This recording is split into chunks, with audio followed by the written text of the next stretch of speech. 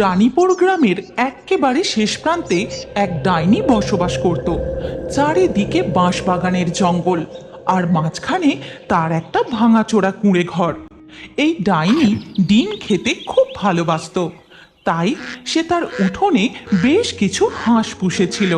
আমি জমি থেকে ধান কুড়িয়ে নিয়ে এসে তোদের খাওয়াই, আর তোরা ডিম পারলে সেই ডিম দিয়ে আমি পান্তা ভাত খাই।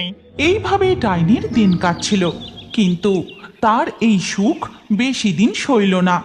শিয়ালে তার হাঁসের গন্ধ পেয়ে গেল। বাহ, এখানে তো দেখি অনেক হাঁস। এই কথা বলে শিয়ালটা একটা হাঁস নিয়ে পালিয়ে যায়। এ কি, আজও একটা হাঁস কম? কেউ নিশ্চয়ই রোজ রাতে এসে আমার হাঁসগুলো ধরে নিয়ে যাচ্ছে। হাঁসগুলো ভয় ডিমও দিচ্ছে না। আজ রাতে আমি লাঠি হাতে পাহারা দেব। রাত হতেই ডাইনি লাঠি হাতে লুকিয়ে দাঁড়িয়ে থাকে। তারপর দেখে বাঁশবাগান থেকে একটা শিয়াল বেরিয়ে আসে। শিয়ালটা হাঁসগুলোর কাছে এসে একটা হাঁসকে ধরে নেয়। ডাইনি লাঠি হাতে শিয়ালটার দিকে এগিয়ে যায়, আর ঠিক তখনই শিয়ালটা হাঁস নিয়ে মারে একদম। আজ তোর একদিন কি আমার একদিন। এরপর ধীরে ধীরে সকাল হয়ে যায়। অনেক চেষ্টাই তো করলাম, কিন্তু এই শিয়ালটাকে আটকানো যাচ্ছে না।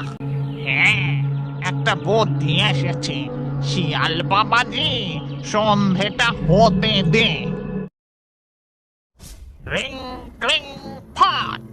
ওরে আমার শিয়ালে খাওয়া হাঁসের ভূতের আত্মা, জেগে ওঠ। ডাইনির মন্ত্র বলে একটি দানব আকৃতি হাঁসের ভূত জেগে ওঠে।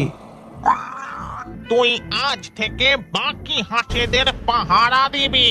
আর রাত গভীর হতেই শিয়াল আবার হাঁস চুরি করতে আসে। খাঁচার কাছাকাছি আসতেই অমনি দানবীয় হাঁসের ভূতটা, আজ তোকে আমি চিবিয়ে খাবো।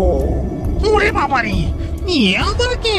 হাঁসের ভূত, কি ভয়ঙ্কর রে! হাঁসের ভূতের থেকে প্রাণ বাঁচিয়ে কোনো রকমে শিয়ালটা দৌড়ে পালায়। শিয়ালটা সোজা চলে যায় গভীর জঙ্গলে। সেখানে এক হায়নার সাথে বন্ধুত্ব করে। আমার কথা মন দিয়ে শোন। জঙ্গলের পুকুরে ডাইনির হাঁসেরা চড়তে আসে, আর তুই সেখানে গিয়ে ওত পেতে থাকবি। হাঁসগুলো পুকুর থেকে উঠলেই তখনই তুই ছ মেরে শিকার করে নিবি। আর শিয়াল ওই পুকুরের পাড়ে গিয়ে ওত পেতে বসে থাকে।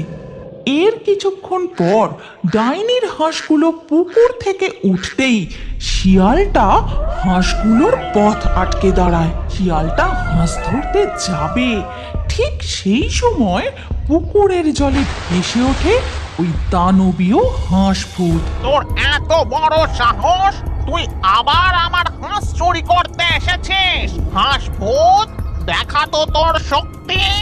তখনই হাঁস ভূতটা হাঁ করতেই তার মুখ দিয়ে ড্রাগনের মতো আগুন বেরোতে থাকে, আর শিয়ালের লেজে আগুন ধরিয়ে দেয়। ওরে বাবারে বাবা, গেলাম রে! দৌড়তে দৌড়তে সোজা যায় ওই হায়নার কাছে। হাই না ভাই, ওই ডাইনের ভুতুড়ে হাঁস খুব ভয়ঙ্কর। আজ রাতে আমাকে নিয়ে চল, আমরা দুজন সব হাঁস শেষ করে দেব। রাত হতেই ডাইনির কুঁড়ে ঘরের সামনে ওই হায়না আর শিয়ালটা আসে। হায়নাটা একটা হাঁস ধরে দৌড়ে পালায়, কিন্তু হাঁসের ভূত হায়নাটাকে আটকাতে পারে না। একে আবার একটা হাঁস কম। কালকে একটা হায়না এসেছিল, সে এসেই হাঁস ধরে দ্রুত গতিতে দৌড়ে পালিয়ে যায়। হায়নাটাকে জব্দ করার পথ আমার জানা আছে। এরপর ডাইনি বিড়বিড় করে মন্ত্র পড়ে, তখনই ডাইনির সামনে ভয়ঙ্কর গোভূত প্রকট হয়। তুমি একদম চিন্তা করো না ডাইনি, আজ রাতে আমি হাঁসেদের পাহারা দেব।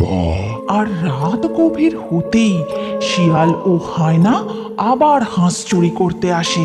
হায়না ও শিয়াল হাঁসগুলোর দিকে যেতেই অমনি অন্ধকার থেকে গরুর ভূত বেরিয়ে আসে। ভূত তার বিশাল শিং দিয়ে শিয়ালটাকে গুঁতিয়ে দূরে ছুঁড়ে ফেলে দেয়। হায়নাকেও গুঁতিয়ে পরাস্ত করে। ওরে বাবা রে বাবা, গেলাম রে গেলাম। ডাইনি কখনো হাঁসের ভূত নিয়ে আসে, আবার কখনো গরুর ভূত। আজ খুব শিক্ষা হয়েছে, আর কোনোদিন এই ডাইনির হাঁস চুরি করতে আসবো না। আমাকে নিয়ে যা বলছি। আর তখন ডাইনি কুঁড়ে ঘর থেকে বেরিয়ে আসে। এরপর থেকে গরুর ভূত ডাইনির গোয়াল ঘরেই থেকে যায়, আর হাঁস ভূত সকালে তার হাঁস বন্ধুদের নিয়ে জঙ্গলের পুকুরে চড়তে যায়।